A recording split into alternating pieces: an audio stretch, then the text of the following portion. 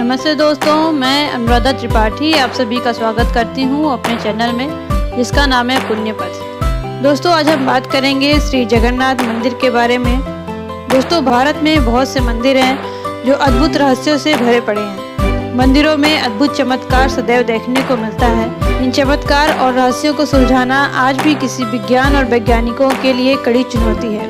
दोस्तों, जगन्नाथ धाम भी कई रहस्यों से घिरा है, जिसके बारे में कम ही लोग जानते हैं। पर जो लोग मंदिर का रहस्य जान लेते हैं, उनके होश उड़ जाते हैं और एक बार फिर साबित होता है कि ऊपर वाले से बड़ा कोई जादूगर नहीं। दोस्तों, जगन्नाथ धाम चारों धामों में से एक है। इसे धरती का वैकुंठ कहा जाता है। जगन्नाथ धाम में भगवान श्री कृष्ण, उनकी बहन सुभद्रा और उनके बड़े भाई बलराम की पूजा की जाती है। दोस्तों, हर साल इनकी रथ यात्रा भी निकाली जाती है और देश प्रदेश से बड़ी संख्या में लोग रथ यात्रा देखने के लिए जाते हैं। दोस्तों, जगन्नाथ का शाब्दिक अर्थ है जगत के स्वामी। इसी के चलते इस नगरी को जगन्नाथपुरी या पुरी कहा जाता है। दोस्तों, भगवान जगन्नाथ का मंदिर जितना भव्य और दिव्य है, उतनी ही रोचक और रहस्यमयी बातें इस मंदिर से जुड़ी हुई हैं, जो कम ही लोग जानते हैं। ये सारी बातें मैं आज आपको आगे इस वीडियो में बताऊंगी। पर आगे बढ़ने से पहले मेरे चैनल को लाइक और सब्सक्राइब कर लीजिए, ताकि आपको आपकी सारी समस्याओं का हल हमारे वीडियोज के माध्यम से मिल सके। तो चलिए शुरू करते हैं। दोस्तों, सबसे पहली रहस्यमयी और रोचक बात जो है वह है भगवान जगन्नाथ की मूर्ति।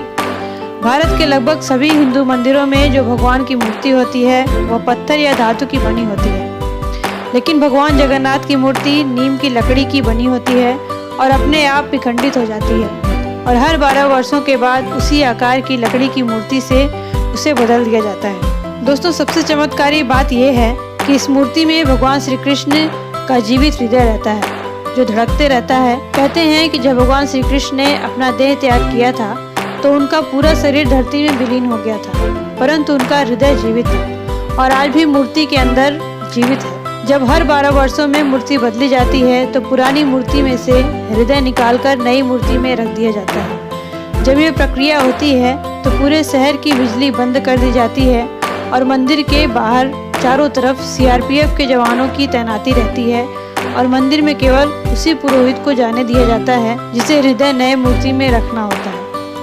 और पुजारी भी यह कार्य अंधेरे में आंखों पर पट्टी बांधकर और हाथों में ग्लव्स पहनकर करता है।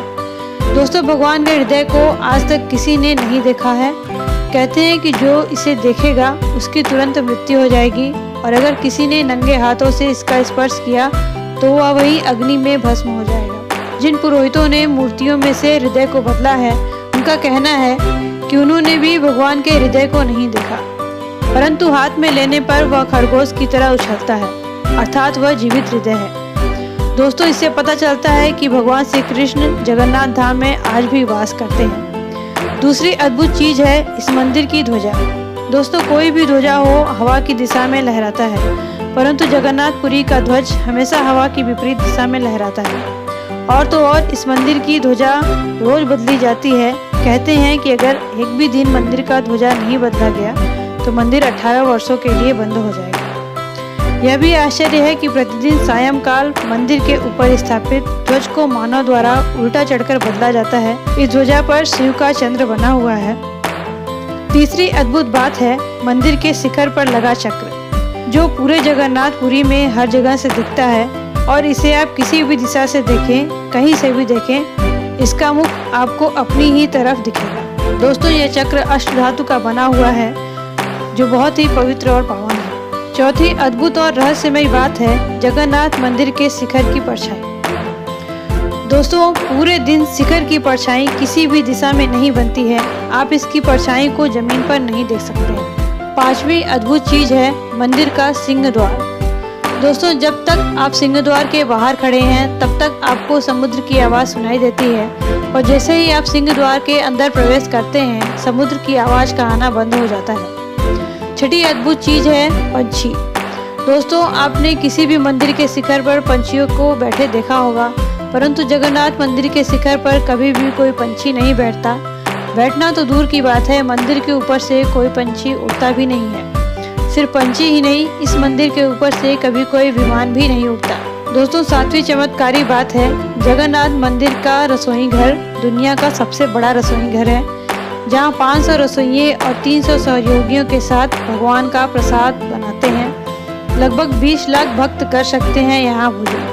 कहा जाता है कि मंदिर में प्रसाद कुछ हजार लोगों के लिए ही क्यों ना बनाया गया हो, लेकिन इससे लाखों लोगों का पेट भर सकता है। मंदिर के अंदर पकाने के लिए भोजन की भरपूर मात्रा पूरे वर्ष के लिए रहती है। दोस्तों, चमत्कारी बात तो ये है कि इस मंदिर का प्रसाद कभी भक्तों के लिए कम नहीं पड़ता और जैसे ही मंदिर का गेट बंद होता है प्रसाद खत्म हो जाता है। इस मंदिर के प्रसाद की एक भी मात्रा व्यर्थ नहीं जाती। इतना ही नहीं, मंदिर के रसोई में और भी अद्भुत बातें देखने को मिलती हैं। रसोई घर में प्रसाद बनाने के लिए लकड़ी के चूल्हे का प्रयोग किया जाता है और रसोई में प्रसाद बनाने के लिए 7 बर्तनों को एक के ऊपर एक रखा जाता है। और आश्चर्य वाली बात तो ये है कि सबसे ऊपर वाले बर्तन का प्रसाद सबसे पहले पक जाता है, फिर क्रमशः नीचे की तरफ एक के बाद एक बर्तन का प्रसाद पकता जाता है ना चमत्कार। दोस्तों, 8वां चमत्कार है हवा की दिशा। सामान्य दिनों के समय में हवा समुद्र से जमीन की तरफ चलती है और शाम को इसके विपरीत, लेकिन पुरी में इसका उल्टा होता है। अधिकतर समुद्री तटों पर हवा समुद्र से जमीन की ओर आती है, लेकिन यहाँ हवा जमीन से समुद्र की ओर चलती है। दोस्तों, 9वां चमत्कार ये है कि हनुमान जी करते हैं जगन्नाथ की समुद्र से रक्षा। माना जाता है कि 3 बार समुद्र ने जगन्नाथ का मंदिर तोड़ दिया था। कहते हैं कि फिर महाप्रभु जगन्नाथ ने हनुमान जी को यहाँ समुद्र को नियंत्रित करने हेतु नियुक्त किया था, पर जब तब हनुमान जी जगन्नाथ, बलभद्र और सुभद्रा के दर्शनों का लोभ संवरण नहीं कर पाते थे, तो वे प्रभु के दर्शन के लिए नगर में प्रवेश कर जाते थे। ऐसे में समुद्र भी उनके पीछे नगर में प्रवेश कर जाता था। हनुमान जी की इस आदत से परेशान होकर जगन्नाथ महाप्रभु ने हनुमान जी को यहाँ स्वर्ण बेड़ी से आबद्ध कर दिया था। यहाँ जगन्नाथपुरी में ही सागर तट पर बेदी हनुमान मंदिर का प्राचीन एवं प्रसिद्ध मंदिर है। भक्त लोग बेड़ी में जकड़े हनुमान जी के दर्शन करने के लिए यहाँ जाते हैं। 10वां चमत्कार है विश्व की सबसे बड़ी रथ यात्रा। दोस्तों, आषाढ़ मास में भगवान रथ पर सवार होकर अपनी मौसी रानी गुंडीचा के घर जाते थे। यह रथ यात्रा 5 किलोमीटर में फैले पुरुषोत्तम क्षेत्र में ही होती है। रानी गुंडीचा भगवान जगन्नाथ के परम भक्त राजा इंद्रयुग्म की पत्नी थी, इसलिए रानी को भगवान जगन्नाथ की मौसी कहा जाता है।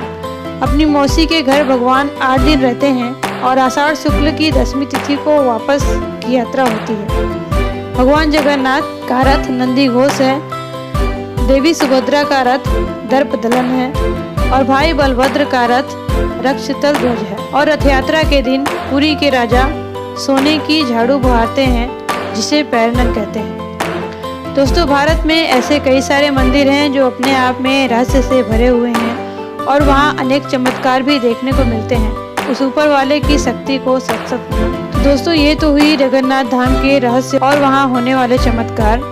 आज के लिए इतना ही। अगर आपको मेरा ये वीडियो पसंद आया हो तो प्लीज़ मेरे वीडियो को लाइक करें और मेरे चैनल को सब्सक्राइब करना ना भूलें और आगे की वीडियोज़ को देखने के लिए बेल आइकन को दबाएं।